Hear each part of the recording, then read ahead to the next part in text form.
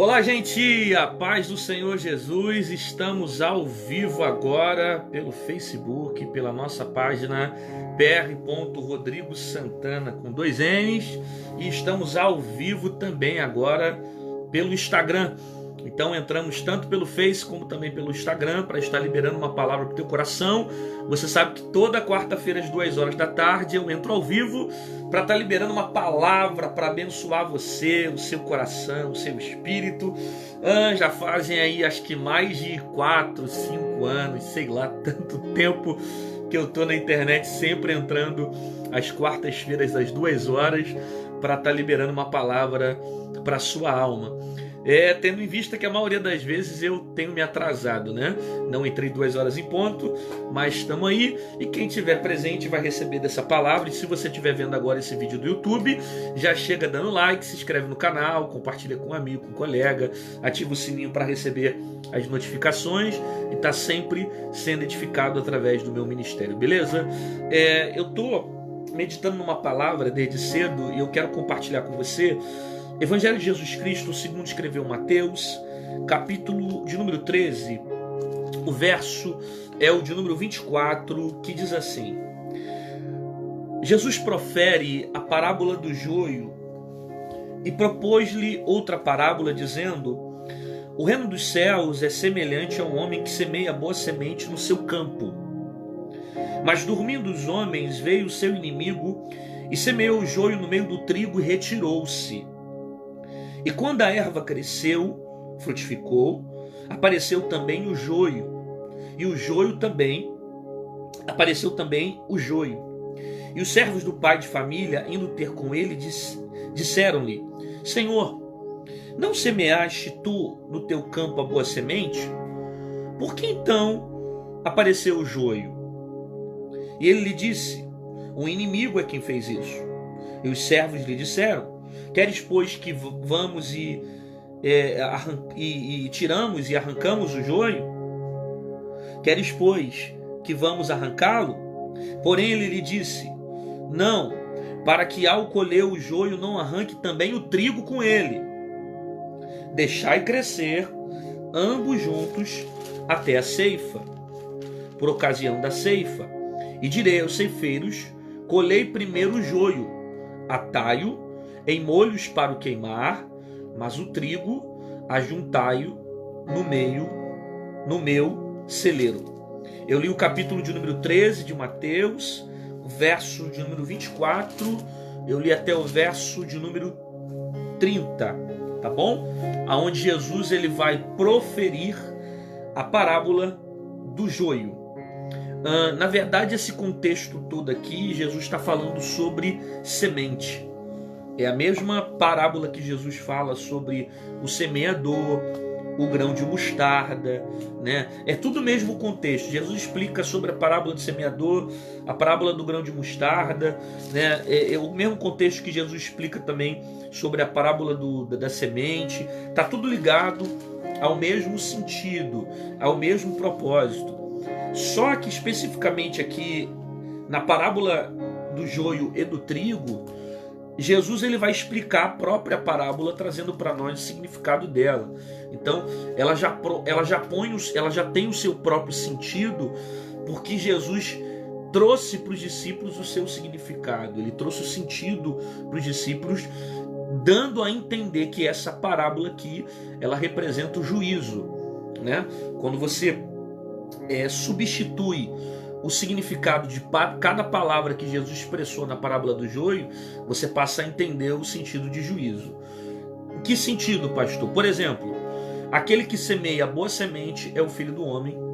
Isso são palavras de Jesus, tá bom? E não minha. Quando ele explica essa parábola no capítulo de número 13, deixa eu ver o verso de número 36 em diante, ele fala sobre cada significado, né? Então, aquele que semeia a boa semente é o Filho do Homem. Grava isso, que é o próprio Jesus. Segundo, o campo aqui, na parábola do joio, representa o mundo. Terceiro, a boa semente são os filhos do reino, ok? Quarto, o joio são os filhos do maligno. Quinto, O inimigo que semeia no campo é o próprio diabo, os próprios demônios, os espíritos malignos. Sexto, a ceifa que Jesus fala aqui é o período do fim, ok? É o final de todas as coisas. Sétimo, os ceifeiros, que representam os próprios anjos que vão vir e vão fazer, vão executar a ação de separação do joio do trigo e a condenação. E essa explicação que eu estou dando não é minha, não é a interpretação de Rodrigo Santana. É o próprio Jesus que diz em Mateus capítulo 13, quando ele explica a parábola do joio, no versículo 36. Tá? Que ele vai dizer que o que semeia a boa semente é o filho do homem, o campo é o mundo, a boa semente são os filhos do reino. Eu só separei e coloquei isso aqui no caderninho para ficar muito bem explicado e para melhor compreensão e entendimento da parábola que Jesus está trazendo, ok? Então o próprio Jesus explica para nós a parábola. Quando ele traz para nós o significado de cada coisa que ele fala na parábola, já fica muito mastigado o entendimento que ele quer trazer. Primeiro que ele está comparando o reino de Deus com essas ações. Ele diz que o reino dos céus é semelhante ao homem que semeia a boa semente no campo. Então é uma comparação. E para ele trazer a explicação do reino de Deus, ele vai usar essa figura do semeador que sai a semear, que produz o trigo, que planta o trigo, e o inimigo que vem, coloca a semente, o joio cresce, e de repente alguém observa que tem joio no meio do trigo. E essa comparação, ela vai estar ligada ao próprio reino de Deus.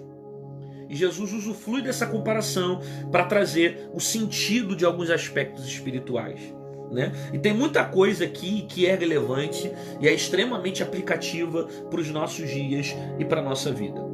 Primeiro, quando Jesus diz assim: é semelhante a um homem que semeia a boa semente no seu campo.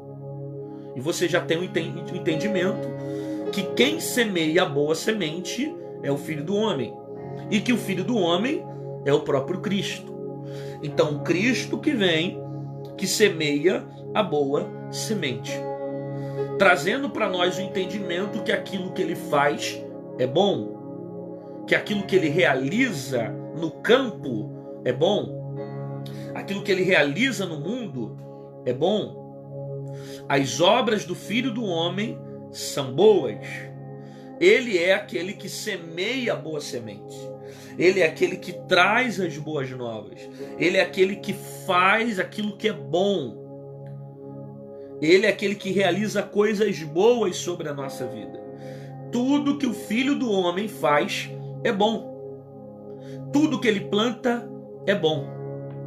Ainda que eu não tenha entendimento de algumas coisas. Ainda que algumas coisas não cheguem ao meu conhecimento. Ainda que eu não entenda o que está acontecendo. Tudo que ele faz é bom. Ele é esse semeador que vem com uma boa semente sobre a minha vida, sobre a minha casa. Os seus feitos são bons. As suas realizações são boas. Tudo que ele produz na minha vida é bom. Isso precisa ficar muito bem claro na minha mente. Que as obras de Deus sobre a minha vida são boas. Que tudo que ele faz é bom. Que tudo que eu vivo, que é produzido por ele em mim, é bom. Eu preciso ter esse entendimento para que eu compreenda as outras coisas que vão surgir na minha vida.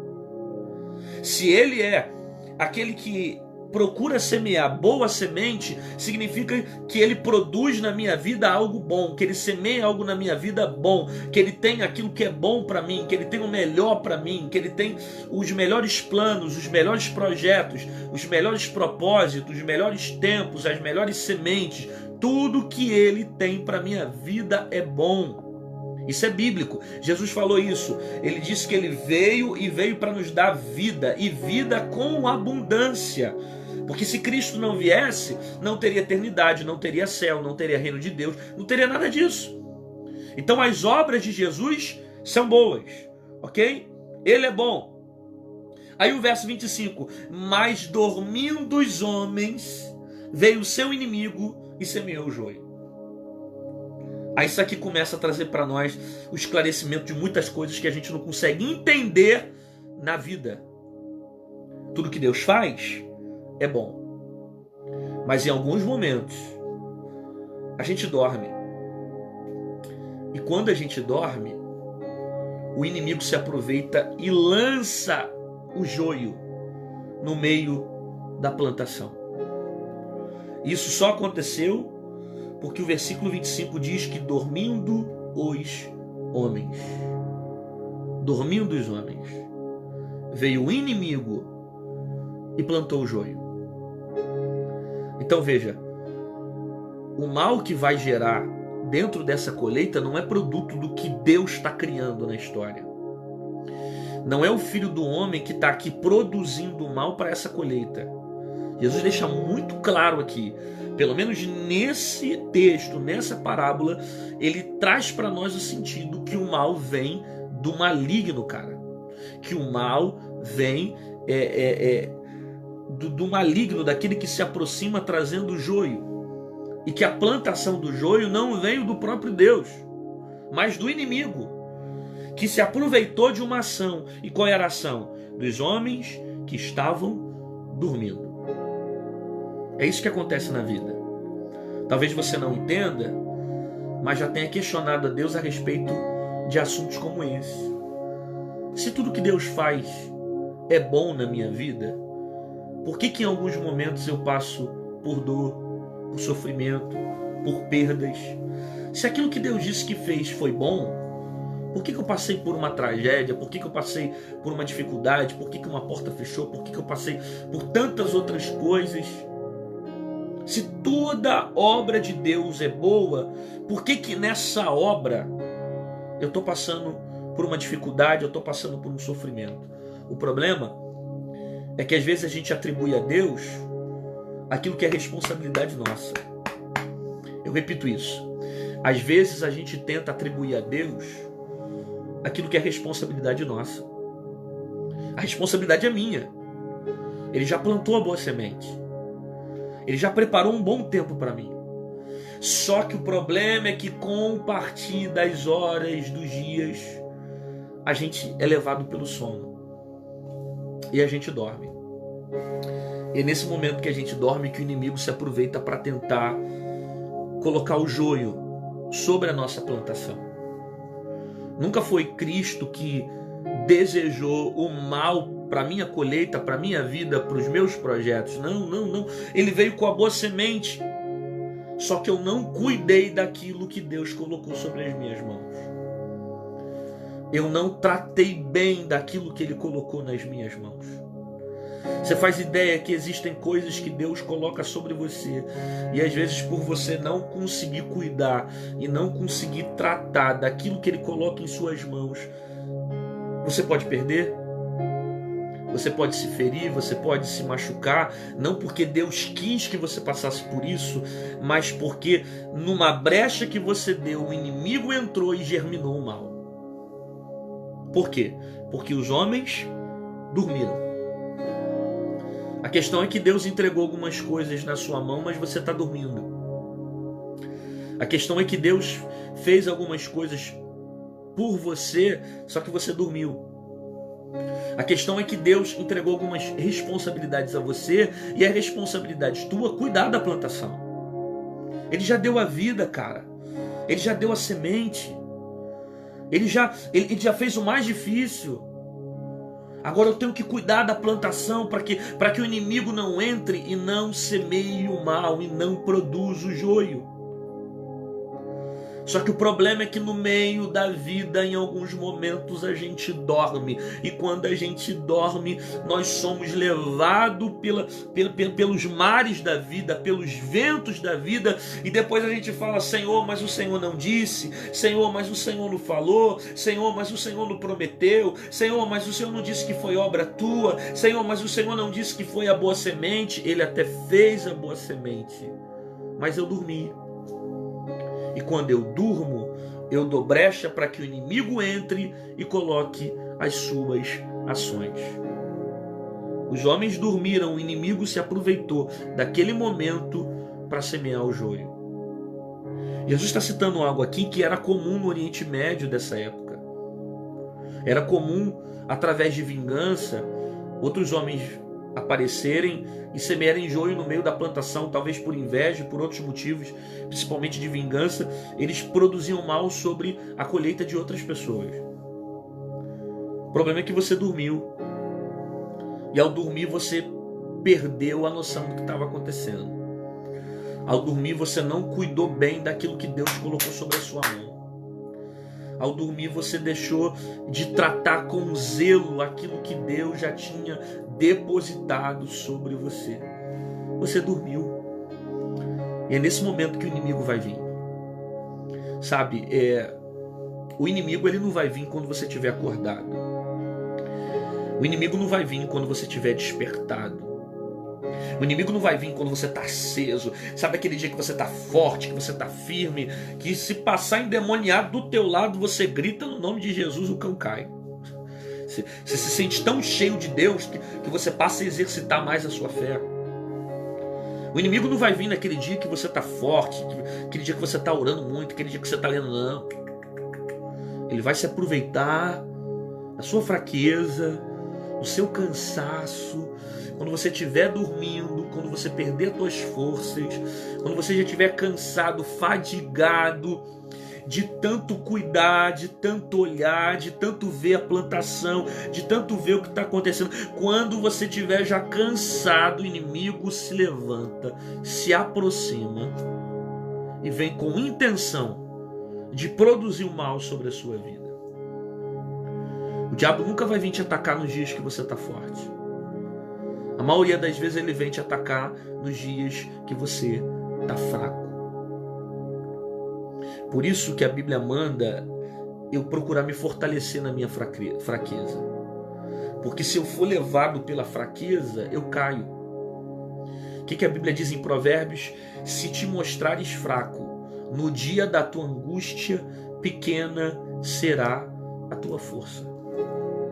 Eu não posso parar no meio do caminho. Eu não posso ser levado por causa das circunstâncias. Que de repente você parou para ver essa mensagem agora, você está passando por um mau dia. Um dia de dor, um dia de luto, um dia de tristeza, portas fechadas, algumas coisas não estão dando certo, você está batendo na porta, a porta não se abre, você está procurando a cura e não recebe a cura, você está tentando fazer uma cirurgia e está difícil entrar na fila para fazer aquela cirurgia, está faltando recurso para o filho, está faltando dinheiro para o pai, está faltando, você tem um monte de coisa para resolver, aí você foi pego num dia mal e aquilo ali está te enfraquecendo, está te dominando, está arrancando as tuas forças. São dias difíceis. E é natural passar por dias difíceis. Você vai passar. Ok? Eu li algo muito interessante hoje nos evangelhos. Evangelho de João, Jesus falou assim, ó: Pai, em uma das últimas orações que Jesus fez para os discípulos, Jesus orou assim: Pai, eu não peço que os tire do mundo, mas eu peço que os livre das aflições. Eu não peço que o Senhor tire do mundo, mas eu peço que os livre. E eu achei interessante essa oração de Jesus. Por quê? Porque muitas coisas Jesus não vai livrar, muitas coisas Jesus não vai tirar, Jesus não vai te arrancar do mundo. Você vai estar aí preso a sofrer todas as circunstâncias que o mundo pode proporcionar a você. Mas Ele vai te livrar no meio das dores, Ele vai te guardar no meio das dores, Ele vai te preservar no meio das dores, Ele vai te proteger no meio das dores. E talvez agora você esteja passando por esse dia de dor, esse dia de fraqueza, esse dia de sofrimento. Mas se mantenha forte, se posicione, seja firme. Lembra que Deus falou para Josué? Josué, tenha bom ânimo, esforça-te. Perceba, Deus não pediu muita coisa de Josué. Se você ler o capítulo 1 de Josué, você vai ver Deus pedindo poucas coisas dele. Dentro de poucas coisas que Deus pediu para Josué foram essas: esforça-te e tem de bom ânimo. Por quê? As outras coisas, tudo Deus vai fazer.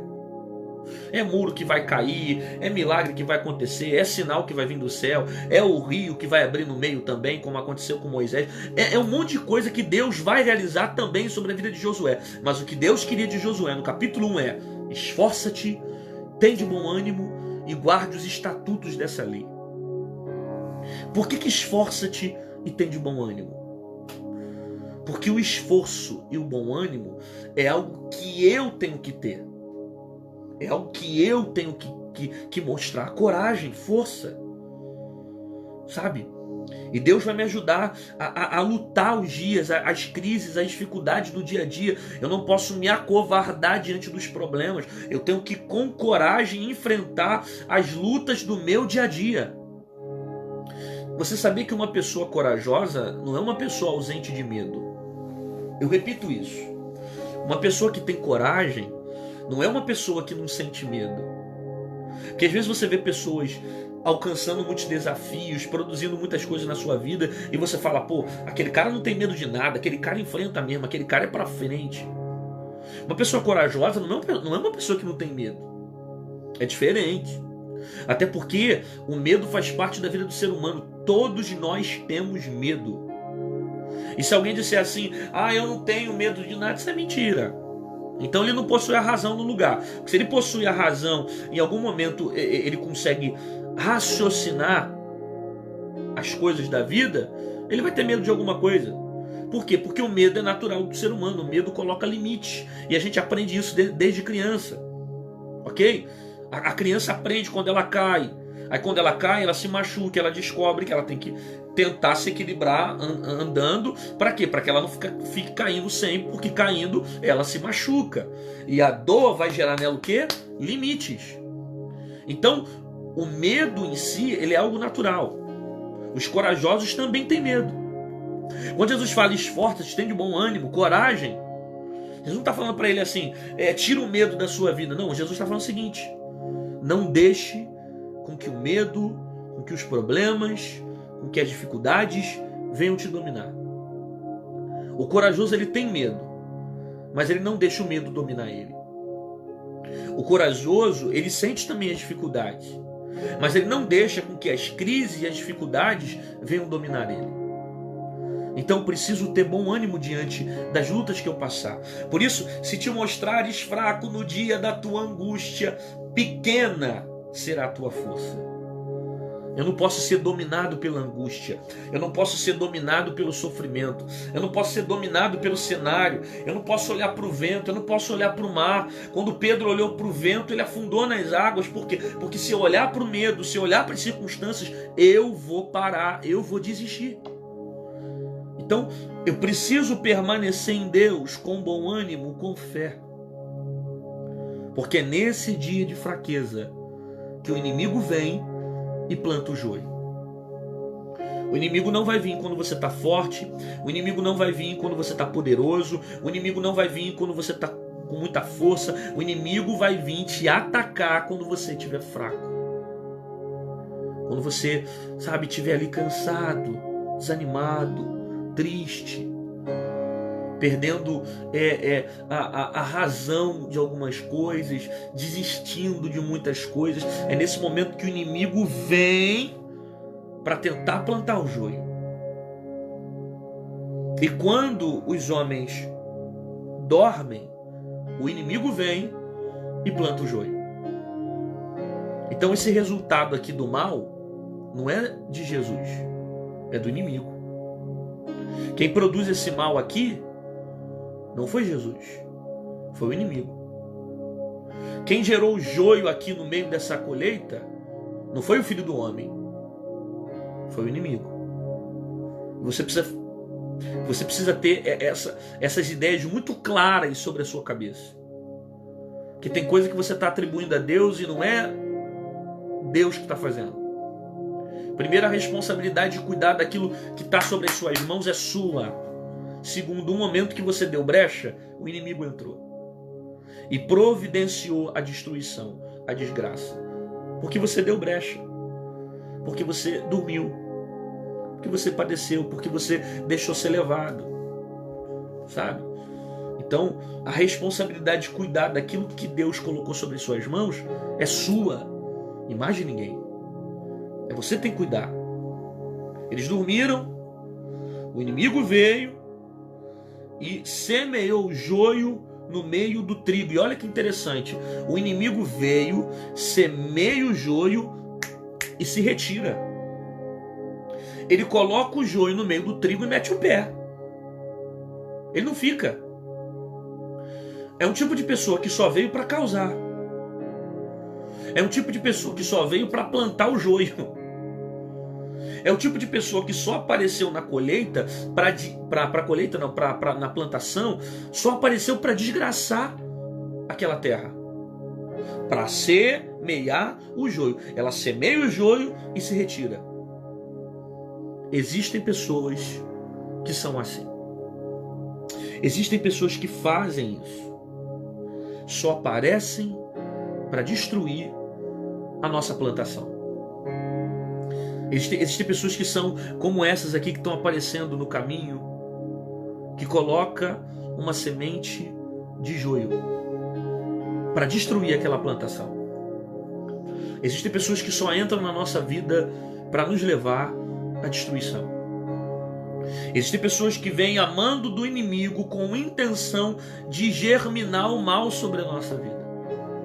Existem pessoas que passam pelo nosso caminho e não passam para agregar, não passam para somar, não passam para multiplicar, não passam para ajudar, só passam para ferir, só passam para provocar mais dor, só passam para aumentar a ferida, só passam para germinar o mal. Tem pessoas assim, que Jesus coloca no texto aqui que isso é o inimigo. Jesus explica no texto que esse inimigo aqui são os próprios espíritos malignos, o próprio diabo. Que você precisa entender isso. Que por mais que algumas pessoas apareçam na sua vida para germinar o mal, você não pode entrar numa guerra contra elas, porque o teu problema não são as pessoas. Porque às vezes você fala, alguém veio na minha vida e plantou o mal, e você arruma uma guerra contra uma pessoa. Só que o problema é quem está por trás dessa pessoa. Ela está manipulada pelo inimigo. Ela está influenciada pelo inimigo. Ela está sendo usada pelo inimigo. Aí você começa a brigar com o filho, você começa a brigar com o teu pai, você começa a brigar com a tua mãe, você começa a brigar com o tio, você começa a brigar com o crente na igreja, você começa a brigar com o vizinho, você começa a brigar com o irmão, você briga com fulano, você arruma uma guerra com todo mundo, arruma problema com todo mundo e está lutando de forma errada. Porque você não tem que lutar contra essa pessoa. Você tem que lutar contra o inimigo que está usando ela. Então você precisa mudar a tua visão. Parar de lutar contra a gente, começar a lutar contra o verdadeiro inimigo. Teu verdadeiro inimigo não é teu pai, bota isso na sua cabeça. Teu verdadeiro inimigo não é sua mãe, teu verdadeiro inimigo não é seu marido, sua esposa, seu cônjuge. Seu verdadeiro inimigo é o diabo. Jesus falou isso, Paulo falou sobre isso, que a nossa luta não é contra carne nem sangue, mas sim contra principados e potestades. Então, se tem alguém que você tem que lutar, são demônios. Como é que se combate as forças espirituais? Com armas espirituais. Não adianta parar para discutir. Você não percebeu que toda vez que você discute, você arruma guerra? Não adianta parar de ficar tentando fazer da mesma forma que eles estão fazendo. Porque se fulano fala mal na internet de mim, eu vou lá e falo mal também. Porque se fulano foi lá e arrumou contenda comigo, eu vou lá e arrumar. Você vai continuar brigando com armas erradas? Teu problema não são eles. Amplia a tua visão, muda as suas armas, sua guerra é espiritual. Esse inimigo aqui, que Jesus está falando dele em parábola, não é um homem que apareceu e colocou joio no meio da plantação e é contra ele que eu tenho que lutar. Não, Jesus só está fazendo uma comparação, que na verdade esse inimigo é o próprio diabo, que veio com a intenção de destruir tudo aquilo que Deus tem produzido sobre a sua vida.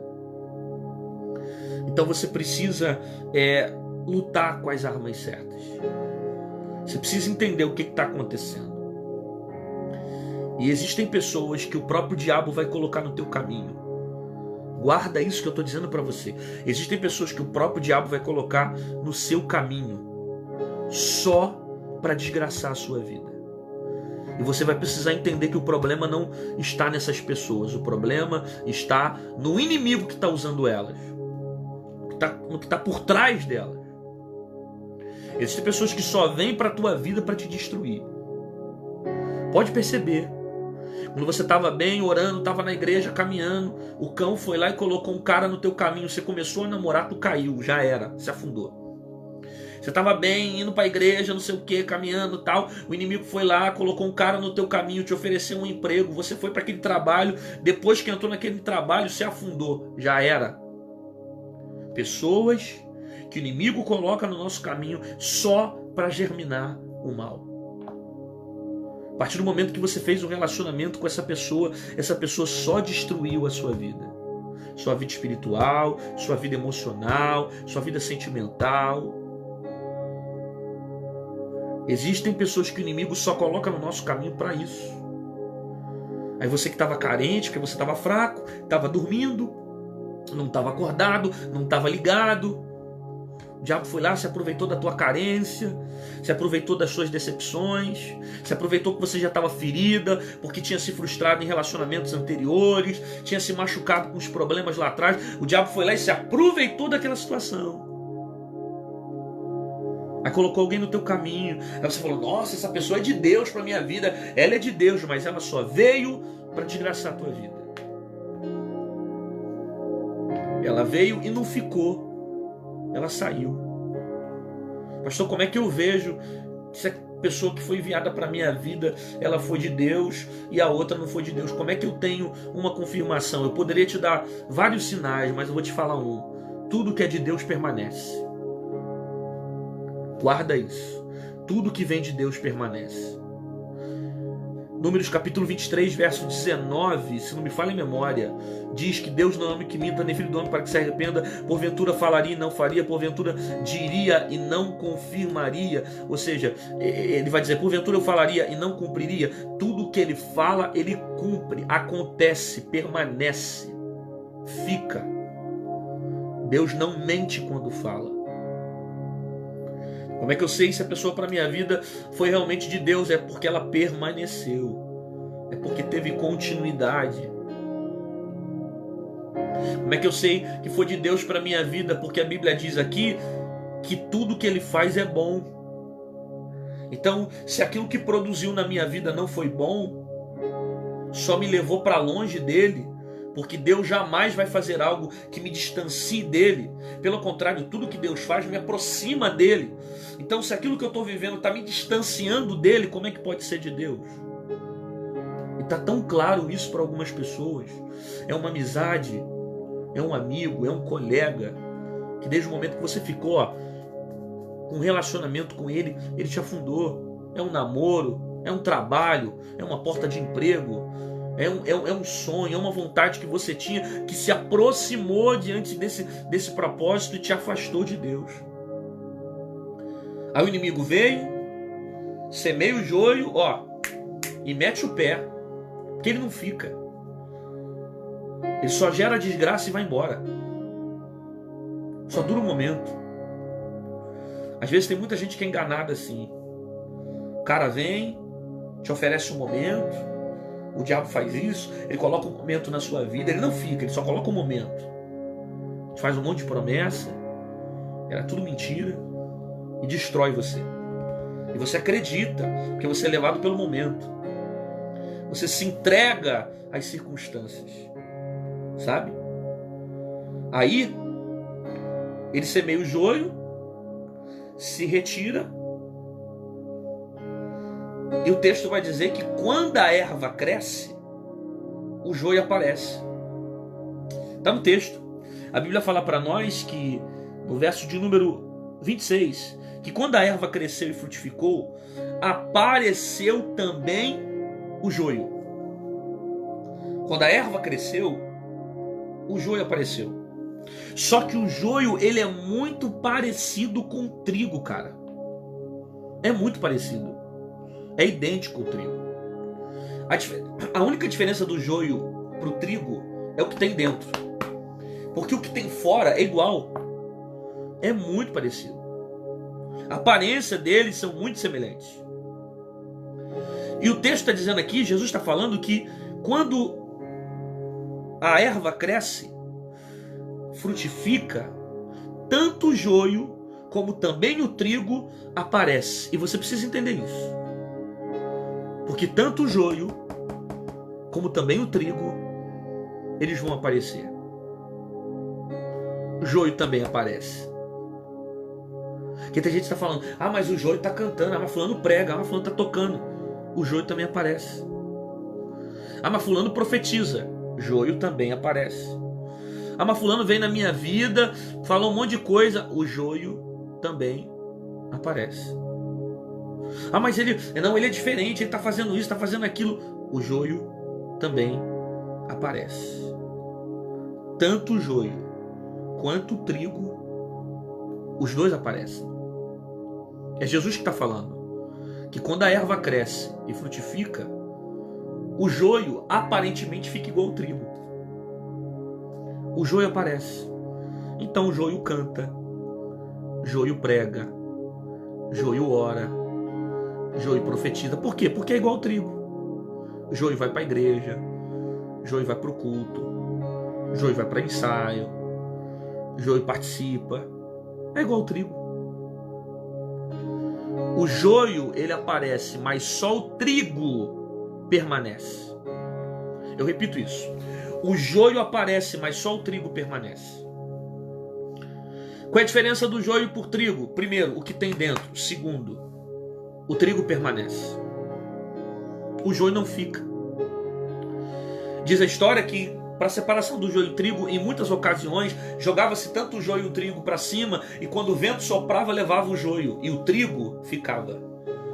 Porque dentro do trigo tem frutos. Aí o vento sopra. E quando o vento sopra, separa o joio do trigo. Porque o joio não suporta os ventos. Mas o trigo permanece. O joio vai aparecer. Mas o que vai separar o joio do trigo são os ventos. Os ventos mostram quem é joio e os ventos mostram quem é trigo. O que tem dentro do joio revela aquilo que ele é. Se você pegar um joio e fizer assim, você vai ver que não vai ter nada. Se você pegar o trigo e fizer assim, você vai ver que dentro dele tem os frutos. O que me diferencia para outras pessoas não é a forma como eu prego, não é a maneira que eu canto, não é a maneira como eu toco, não é a forma como eu falo. O que me diferencia é aquilo que eu carrego. A essência que eu tenho, que me traz peso em permanecer. Por que eu não paro diante de vento? Por que eu não paro diante de luta? Por que eu não desvio por causa diante de problemas? É porque eu sou muito bom? É porque aquilo que eu carrego dentro de mim me dá peso para permanecer. O problema do joio é que ele tem aparência, mas ele não tem essência. O problema do joio é que ele tem aparência, mas ele não tem fruto. E como ele não carrega dentro dele o fruto, ele não permanece. Ele é igualzinho o trigo. Você olha por fora, é a mesma coisa, mas por dentro ele é vazio. Não tem nada. Você entende isso aqui? Então algumas coisas vão ser reveladas na sua vida por esses dias. Porque Deus vai mostrar quem é joio e Deus vai mostrar quem é trigo. E você vai ver que aquilo que é trigo vai permanecer. E aquilo que é joio vai embora. E quando Deus soprar o vento, se preocupa não. O vento só vai vir para separar do joio do trigo. O vento só vai vir para mostrar quem era vazio e quem tinha fruto dentro dele. O vento só vai vir para mostrar a verdadeira essência que ele tinha. Porque por fora parece ser crente, parece ser profeta, parece ser homem de Deus, parece tanta coisa. Aí vem o vento, que o vento vai revelar. Será que ele tem estrutura para permanecer? O joio vai fazer tudo que o trigo pode fazer, mas ele não suporta tudo que o trigo pode suportar. O joio não tem estrutura para permanecer. O joio não tem fruto para permanecer. O joio não fica. Aí o vento sopra. E quando os ventos começam a soprar, eles revelam para nós as pessoas que a gente pensava que era trigo. E na verdade eram joio. Pessoas que tinham sido plantadas pelo inimigo para isso. Para quê? Só para nos desvirtuar do propósito. Mas a importância de existir o joio é que às vezes você, sendo trigo, você aprende a viver como trigo e a reprovar a atitude de um joio. Às vezes é necessário ter o joio, porque as atitudes de joio te ensinam a ser trigo. Você fala, opa, tem alguma coisa errada. Tá tudo muito parecido, mas alguma coisa ali está desvinculando. Ele está declinando para o outro lado. Tem alguma coisa errada. Não me engana mais. Por quê? Porque eu sou trigo. E quem é trigo carrega dentro de si uma essência, carrega dentro de si algo diferente. Então o joio ele tem a mesma aparência de trigo e a diferença dele é o que ele carrega por dentro. Você vai viver num mundo onde você vai ser influenciado por muita coisa que você vê do lado de fora. Mas o que vai fazer a diferença não é o que você vê do lado de fora. O que vai fazer a diferença é o que se tem do lado de dentro. Por isso que Jesus falou algo interessante. E ele disse que a árvore é conhecida como? Jesus falou que a árvore é conhecida pelos seus frutos. Pelos frutos os conhecereis. Você não conhece o tipo de árvore da forma como ela canta, a maneira como ela prega, se ela é pastor, se ela está no altar, se ela... Não, isso aí não identifica o tipo de árvore que ela é. O que revela o tipo de árvore que ela é são os seus frutos. Veja os frutos. Os frutos vão dizer se é trigo ou se é joio. Perceba os frutos. O tipo de vida que tem, o tipo de vida que levou, o tipo de vida que carrega. E veja o que permaneceu. Por quê? Porque o trigo permanece. O trigo é contínuo. Ok? Aí, um dos trabalhadores daquela casa vão perguntar: mas Senhor, por que tem joio? Não entendi. O senhor não veio e colocou a boa semente? Agora me explica. Se o senhor veio e colocou a boa semente, por que apareceu o joio? Aí o dono da casa explica, o semeador explica para eles que é porque o inimigo veio e plantou. O inimigo plantou e apareceu o joio. Aí os trabalhadores da casa vão dizer: então se o inimigo veio e plantou o joio e já tem joio no meio do trigo, vamos fazer o seguinte, vamos arrancá-los. Por que a gente não tira? Nada presta. Nada serve. Presta para nada. Vão pegar o joio e vão jogar fora. Não tem valor algum. A gente separa. Só quer que a gente tire, só quer que a gente arranque o joio. Ele vai falar: não. Versículo 30, 29 e 30. Porém ele lhe disse: não, para que ao colher o joio não arranqueis também o trigo. Deixai crescer juntos ambos até a ceifa. E você vai entender muita coisa e vai responder, vai ter a resposta de muitos questionamentos quando você passa a compreender a explicação de Jesus aqui. Alguém vai perguntar: por que não tira o joio então? Alguém vai perguntar: por que não tira o mal então? Alguém vai perguntar: então se só tem coisa ruim, por que não tira? Deixa só o trigo. Aí o próprio semeador vai dizer: não pode ser tirado. Por quê? Porque se tentar tirar o trigo, pode se enganar na hora de tirar, separar o trigo do joio. É tão parecido que você pode também tirar trigo junto com o joio. Então deixa crescer. Deixa crescer. Por quê? Porque quando crescer, ambos vão vir à ceifa juntos. Quando chegar o tempo certo, vai ser separado do joio do trigo. Mas até lá, deixa crescer. Porque se tentar tirar o joio agora, vai matar o trigo. Então deixa ele crescer. Porque se tentar arrancar agora, vai destruir o trigo. E você não vai ter discernimento do que está acontecendo. Na verdade, você não consegue nem saber quem é joio e quem é trigo. Que quem vai fazer essa ceifa aqui não é você. É o próprio Cristo, é o próprio Deus que vai fazer a separação. Então, deixa crescer. Deixa crescer. Ah, mas tem hora que eu quero tirar, eu quero arrancar, fulano é isso, que deixa crescer. Ah, mas fulano não presta, não sei o que, tal. Deixa crescer. Ah, mas tem gente na igreja que não presta, que não serve, só arruma problema, não sei o que, não soma, não acrescenta, tem que sair mesmo. Deixa crescer. Porque se você for fazer, se você fizer pela tua própria justiça, você pode tirar trigo achando que é joio. Porque às vezes tem pessoas que são trigo, mas tiveram momentos de joio. Pessoas que são trigo, mas agiram errado como joio. Perceba, os frutos revelam o tipo de árvore que somos. Mas só Deus pode julgar e condenar a consciência de um homem. Os frutos revelam o tipo de árvore que somos, e através dos frutos nós percebemos o tipo de árvore. Ou seja, nós conseguimos identificar, mas só Deus pode julgar a consciência. Só Deus pode julgar a consciência.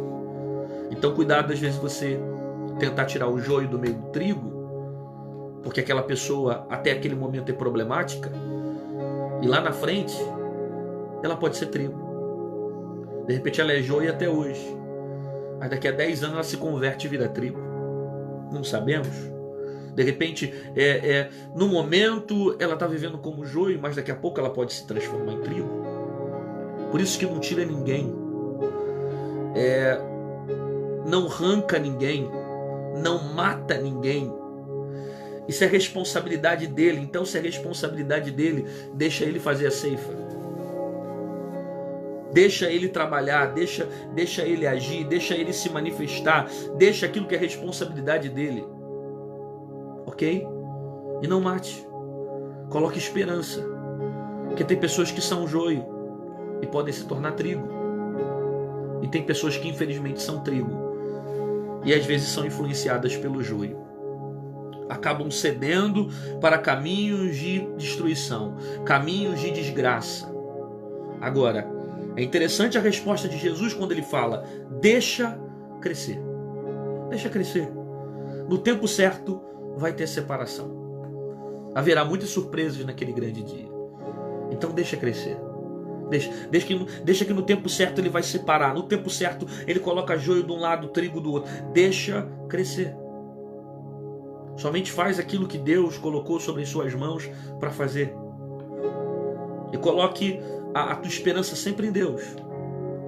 E acredite que toda pessoa pode ser transformada. Imagina se alguém olhasse para Pedro e dissesse assim, na condição dele como um homem que deu a espadada na orelha do soldado, na orelha do servo do sacerdote, que era Malco. Imagina se alguém olhasse para Pedro e dissesse: Pedro é joio, ele não presta não. De repente alguém olhar para Judas no início da caminhada e falar: nossa, Judas é trigo. Por quê? Porque Jesus colocou ele para ser o tesoureiro do grupo. Só pode ser trigo. Olha a responsabilidade que ele tem de cuidar das finanças dos 12. O mestre confiou nele, depositou nele a responsabilidade de cuidar do financeiro do grupo. E no final da história, o Pedro era trigo e Judas acabou se tornando joio. Então, não julgue ninguém pelo momento que ela está vivendo também. Porque às vezes Deus pode transformar. Às vezes Deus pode mudar a história dessa pessoa. E você está dizendo que é joio, mas pode ser trigo. Guarde essa palavra no teu coração. Deus te abençoe.